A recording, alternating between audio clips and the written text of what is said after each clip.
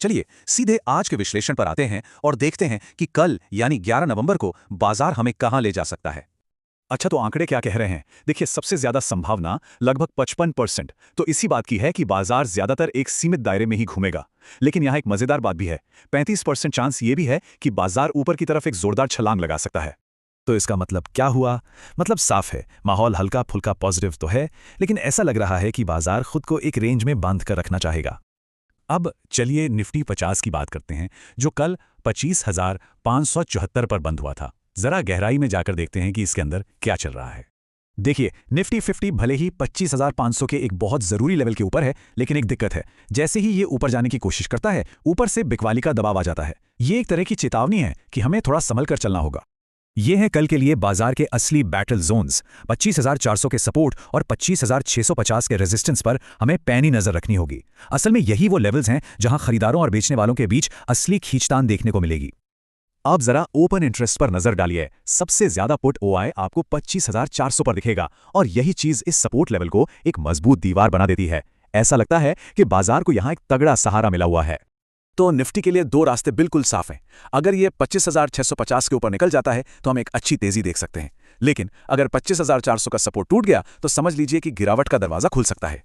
चलिए अब bank Nifty की बारी। देखते हैं कि ये बाजार की कहानी में क्या कोई नया मोड़ लेकर आता है। बैंक निफ्टी ना थोड़ा कंफ्यूज लग रहा है। इसने एक डोजी कैंडल बनाई है जिसका सीधा सा मतलब होता है कि खरीदार और बिकवाल दोनों में से कोई भी ये तय नहीं कर पा रहा है कि बाजार को आखिर किस तरफ ले जाना है। बैंक निफ्टी के लिए जो मुख्य आंकड़े हैं वो हैं नीचे की तरफ 57,500 का सपोर्ट और ऊपर की तरफ 58,000 का साइकोलॉजिकल रेजिस्टेंस लेवल। अगर बाजार 58,000 के ऊपर टिकने में कामयाब हो जाता है तो एक अच्छी रैली शुरू हो सकती है। वहीं दूसरी तरफ 57,500 के नीचे की कोई भी गिरावट बेचने वालों को दावत दे सकती है। तो ये तो हुई हमारे बाजार की बात, पर बाहर से यानी दुनिया भर से क्या असर पड़ रहा है? कौन सी ताकतें इसे ऊपर खींच रही हैं और कौन सी इसे नीचे धकेल रही हैं? यहां पर तस्वीर आप कह सकते हैं थोड़ी मिलीजुली है। एक तरफ ग्लोबल मार्केट से अच्छी खबरें हैं और बड़े निवेशक भी खरीदारी कर रहे हैं, जो कि बहुत अच्छा है। लेकिन दूसरी तरफ अर्थव्यवस्था को लेकर कुछ चिंताएं भी हैं जो बाजार पर ब्रेक लगा रही हैं। और अगर हम अलग अलग सेक्टर्स की बात करें तो आईटी और फार्मा में तो जबरदस्त मजबूती दिख रही है, लेकिन आम आदमी से जुड़े सेक्टर्स जैसे कि कंज्यूमर ड्यूरेबल्स वो 3% से भी ज्यादा की गिरावट के साथ काफी दबाव में दिख रहे हैं। तो इन सब आंकड़ों का हम करें क्या? इस पूरी जानकारी को एक एक्शन लेने लायक प्लान में कैसे बदलें? कल के लिए हमारी रणनीति क्या होनी चाहिए? देखिए, यह आपके रिस्क लेने की क्षमता पर निर्भर करता है। या तो आप सपोर्ट के पास खरीदकर रेंज में खेल सकते हैं, या फिर थोड़ा इंतजार करके एक कंफर्म्ड ब्रेकआउट के बाद ही बाजार में एंट्री ले सकते हैं। आपकी रणनीति चाहे जो भी हो, ये 4 कदम जरूर याद रखें। पहला, बाजार कैसे खुलता है इस पर नजर रखें।